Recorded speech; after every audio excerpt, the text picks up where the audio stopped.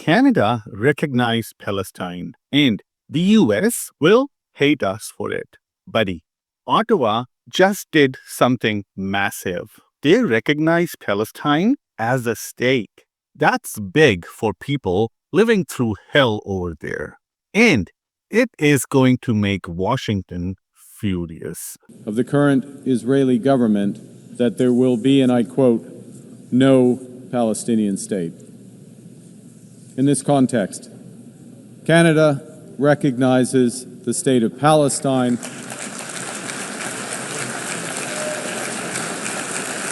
Stick with me. By the end, you will see why Canada did the right thing and why the price is about to be paid by our politics, our trade, and maybe even our security. On September 21st, 2025, Canada formally recognized the state of Palestine. We joined the United Kingdom, Australia, and several other countries in doing it. This was not just a photo op. This was Canada stepping off the script and making a sovereign foreign policy choice. Mark Carney announced the recognition and framed it as a step towards reviving a two-state solution and encouraging political reforms.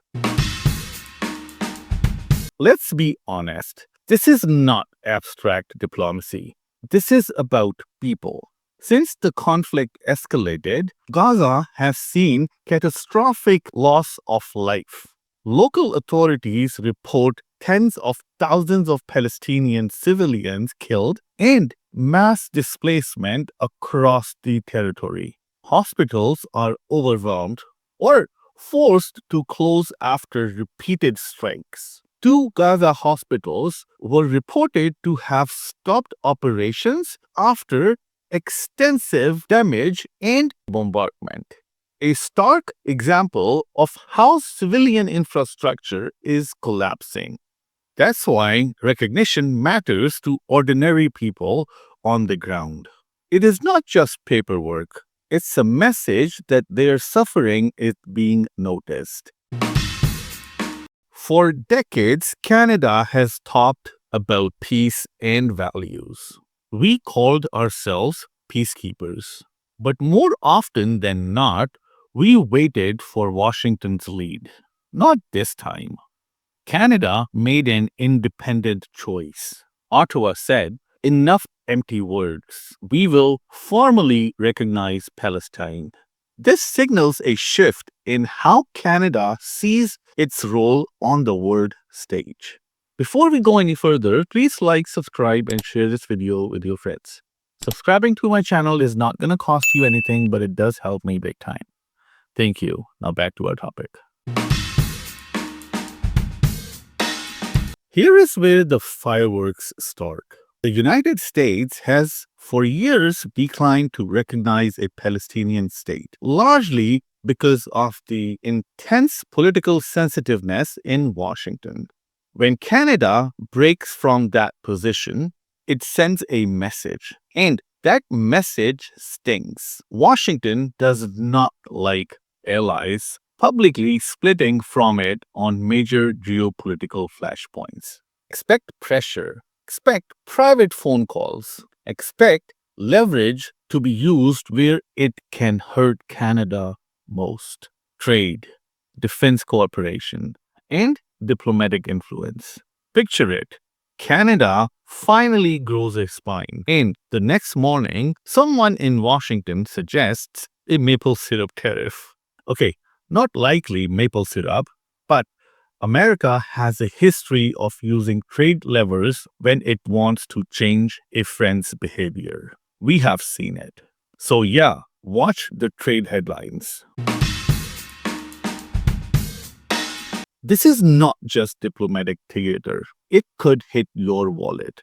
If Washington decides to apply pressure, Canadian exporters could be targeted.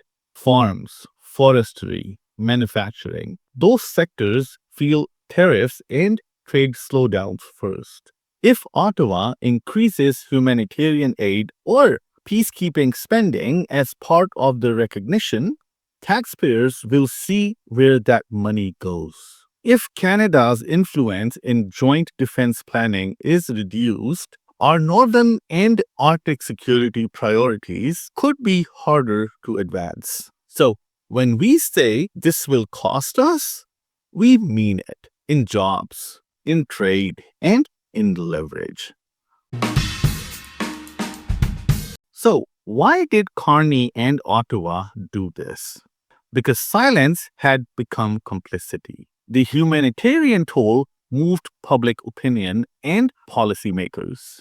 Other countries were already recognizing Palestine, and momentum was building. Carney's statement emphasized that recognition is aimed at pushing toward a two-state solution and pushing for political reform. Ottawa is betting that principle matters more than short-term convenience. Let's be clear and human about this. This is not a quiz on geopolitics. It's about families, about hospitals that can't operate, about kids who don't know where their next meal will come from. When a country in pain gets a moment of recognition, it matters to people there. Canada's recognition can be diplomatic lever for humanitarian corridors, for aid access, for pressure to protect civilians. That's the moral argument for action. Recognition without follow-through is meaningless. So, here are potential things Canada should push for, and you can judge Ottawa by these measures. Use recognition to demand immediate humanitarian corridors and safe access for aid.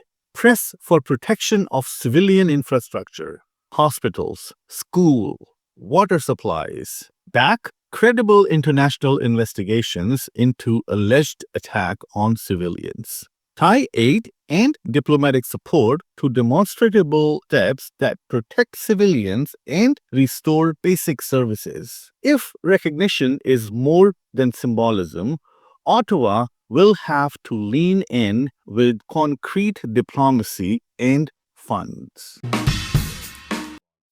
What will Washington actually do? They could start with private diplomatic pressure, phone calls. They could slow down cooperation on certain joint projects. They could use trade remedies selectively. We have seen similar playbooks in past disputes. And they will certainly use public statements to make Canada feel isolated on the world stage. The US will make Ottawa pay where it can, and that's a real risk. Here is the thing.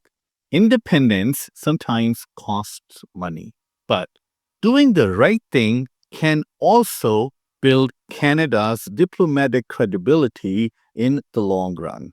If Ottawa pairs recognition with smart diplomacy, engaging allies, explaining motives, and offering clear plans, Canada can soften the blow and keep crucial lines open with Washington. We can be principled and pragmatic at the same time. That's the play Ottawa has to make now. I want to be clear. Criticizing policies is not the same as attacking people. We must distinguish between government's decisions and ordinary citizens everywhere. Our critique is of policies and outcomes that cause civilian sufferings, not of any group's identity. That keeps this debate honest and safe. And it keeps our arguments credible on the world stage. If you support recognition, ask Ottawa for details. Demand transparency on how recognition changes Canada's diplomacy and aid. Ask what protections Canada will push for in international institutions. Ask how Ottawa will protect Canadian workers if trade backlash hits. This is how democracy works. Action plus accountability. So, let me say it plainly. Canada did the right thing by recognizing Palestine.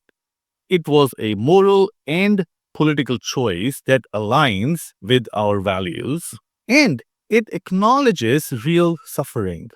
But make no mistake, Washington will not like it. The US will push back in ways that make themselves felt at home through trade and diplomatic pressure. The question is not whether Canada did the right thing. The question is, are we ready to pay the price for acting on our values? Drop your thoughts below. Do you think Ottawa made the right call, even if it angers Washington? Hit like if you think Canada should be bold on the world stage. Until next time, stay bold, stay skeptical, and don't let powerful off the hook. Thank you so much for watching, and I'll see you in my next video.